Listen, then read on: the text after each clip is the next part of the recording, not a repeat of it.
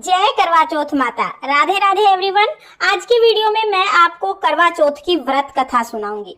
करवा चौथ की कथा कहानी सुनने के लिए हम अपने हाथ में कोई भी अनाज ले लेंगे, गेहूं, चावल या बाजरा, कोई भी अनाज लेकर हम कहानी सुनेंगे। तो चलिए कहानी शुरू करते हैं। एक बार एक गांव में एक साहूकार रहता था। साहूकार के 7 बेटे और 1 बेटी थी। साहूकार की बेटी अपने भाइयों की बहुत लाडली बहन थी। जब तक बहन खाना नहीं खाए तब तक भाई भी खाना नहीं खाते थे। आया करवा चौथ का दिन, साहूकार की बेटी ने करवा चौथ का व्रत कर लिया। उसके भाई दोपहर में घर पे आए, खाने की थाली लगाकर बहन के पास ले गए। आओ बहन, खाना खाते हैं। बहन बोली, भाई आज आप लोग खाना खा लो, मेरा तो व्रत है, मैं आज खाना नहीं खाऊंगी। ये सुनकर भाई बहुत ज्यादा दुखी हो गए। बोले, बहन तुम खाना कब खाओगी? तब वो बहन बोली कि भाई जब चंद्रमा निकलेंगे तब चंद्रमा का पूजन करके अर्घ देके तभी मैं खाना खाऊंगी। भाई बोले कि बहन अगर अभी चंद्रमा निकल जाएंगे तो क्या तुम अभी खाना खा लोगी? बहन बोली, हाँ भाई अगर अभी चंद्रमा निकल जाएंगे तो मैं अर्घ देके अभी खाना खा लूंगी। ये सुन के सातों भाइयों ने योजना बनाई। कोई भाई माचिस लेके आया, कोई तेल लेके आया, कोई कपड़ा लेके आया, कोई लकड़ी लेके आया। सातों भाई गांव के बाहर दूर एक ऊंचे से पेड़ पर चढ़ गए। लकड़ी के ऊपर कपड़ा बांधा और उसमें आग जलाकर आगे छलनी लगा दी। 2 भाई भागे भागे घर पर आए और बहन से बोले, बहन छत पर जाकर देखो चंद्रमा निकल गए हैं। जब साहूकार की बेटी ने छत पर जाकर देखा तो सच में ऐसे लगा जैसे चंद्रमा निकल गए हैं। साहूकार की बेटी ने अपनी भाभियों को आवाज लगाई, भाभी जल्दी आ जाओ, चंद्रमा निकल गए हैं, आओ चंद्रमा का पूजन कर लेते हैं। साहूकार के बेटे की बहुओं ने कहा कि बहन जी ये चंद्रमा आपके लिए निकले हैं, आप ही पूजा कर लो, हम तो रात को ही पूजा करेंगे।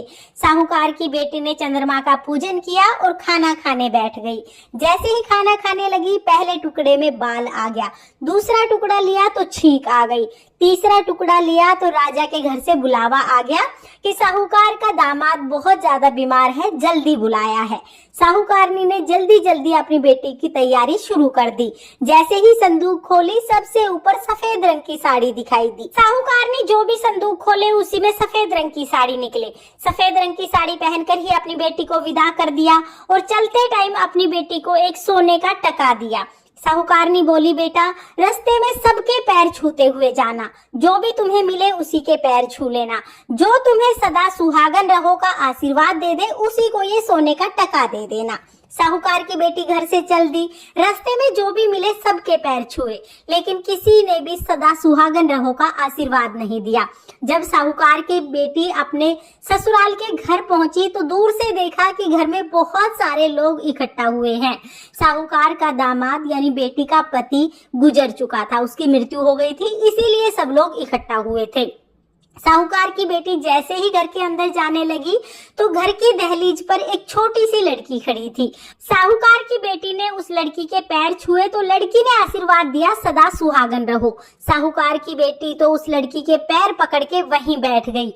लड़की ने कहा, हे दिन में चांद उगावनी पैर छोड़, हे व्रत तोड़ने वाली पैर छोड़, ए भाइयों की लाडली बहन पैर छोड़। साहूकार की बेटी ने पैर नहीं छोड़े और बोली, हे माँ मैं पहचान गई हूँ, आप ही करवा चौथ माता हो। हे माँ आपने मेरा सुहाग लिया है, आप ही मेरा सुहाग वापस दोगी। माँ गलती से व्रत टूट गया, मैंने जानबूझ के व्रत नहीं तोड़ा, गलती से ये सब कुछ हुआ है, कृपा आप मेरी इस गलती को क्षमा कर दें, आगे से कभी ऐसी गलती नहीं होगी। साहूकार की बेटी इस तरह से विनती करने लगी। साहूकार की बेटी की विनती सुनकर करवा चौथ माता का दिल पसीज गया। करवा चौथ माता अंदर गई और अपनी उंगली से छींटे मारे। जैसे ही छींटे उसके पति पर गिरे तो वो हर हर करके उठ गया। साहूकार का दामाद जीवित हो गया था। सब लोग ये देखकर आश्चर्यचकित हो गए। तब साहूकार की बेटी ने बताया कि करवा चौथ माता ने उनके पति को जीवन दान प्रदान किया है। जो भी महिलाएं करवा चौथ के दिन विधिवत करवा चौथ माता का व्रत पूजन करती हैं उन्हें अटल सुहाग की प्राप्ति होती है। इस तरह से करवा चौथ माता ने उसके पति का जीवन दान दे दिया।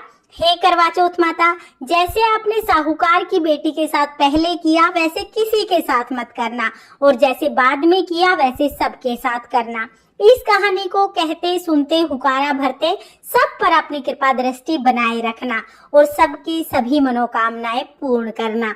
ये थी करवा चौथ की व्रत कथा। अब हम एक विनायक जी की यानी कि गणेश जी की कहानी और सुनेंगे। गणेश जी की कथा शुरू करते हैं। एक बार एक गांव में एक बुढ़िया रहती थी। वो बुढ़िया रोजाना गणेश जी का पूजन करती थी।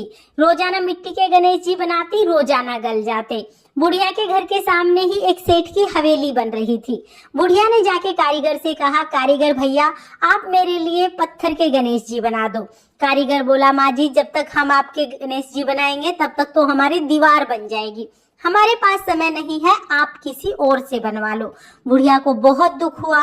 बुढ़िया ने अपने मन में सोचा कि भगवान करे तुम्हारी दीवार टेढ़ी हो जाए। ये सोचकर बुढ़िया अपने घर चली गई। अब कारीगर जब भी दीवार बनाए दीवार टेढ़ी हो जाए, दीवार को गिराना पड़े। दोबारा से दीवार बनाए, दोबारा टेढ़ी हो जाए, दीवार को दोबारा गिराना पड़े। ऐसे ही बनाते गिराते सुबह से शाम हो गई। शाम को सेठ जी घर आए। सेठ जी ने कहा कि आज कोई भी काम नहीं किया है। तो कारीगर बोले, सेठ जी काम तो बहुत कर रहे हैं, लेकिन जैसे ही दीवार बनाते हैं दीवार टेढ़ी हो जाती है और दीवार को गिराना पड़ता है। फिर कारीगर ने बुढ़िया के आने की सारी बात सेठ जी को बताई। सेठ जी ने कहा, मुझे बुढ़िया के पास लेके चलो। कारीगर सेठ जी को बुढ़िया के पास ले आए। बुढ़िया के पास आकर सेठ जी ने कहा, हे बूढ़ी माई, हम आपके पत्थर के नहीं सोने के गणेश जी बनवा देंगे, आप हमारी दीवार सीधी करा दो। गणेश जी तो सारी बात सुन ही रहे थे। गणेश जी ने सुनते ही तुरंत दीवार को सीधी कर दी। सेठ जी ने भी बुढ़िया को सोने के गणेश जी बनवा के दिए।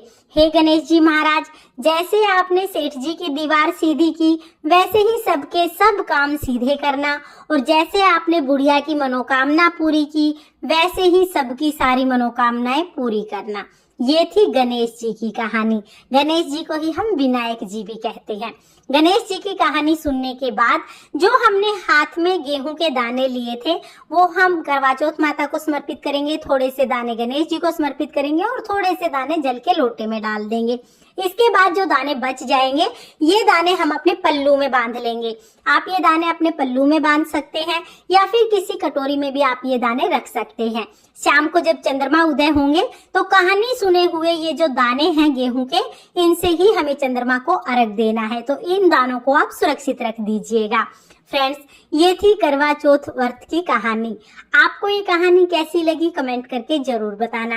और अगर ये वीडियो आपको पसंद आई हो, वीडियो आपके लिए थोड़ी बहुत भी यूजफुल हो, तो प्लीज वीडियो को लाइक कर देना। और हम महिलाएं घर में तीज त्योहार कैसे करते हैं ये देखने के लिए मेरे चैनल को सब्सक्राइब कर लेना।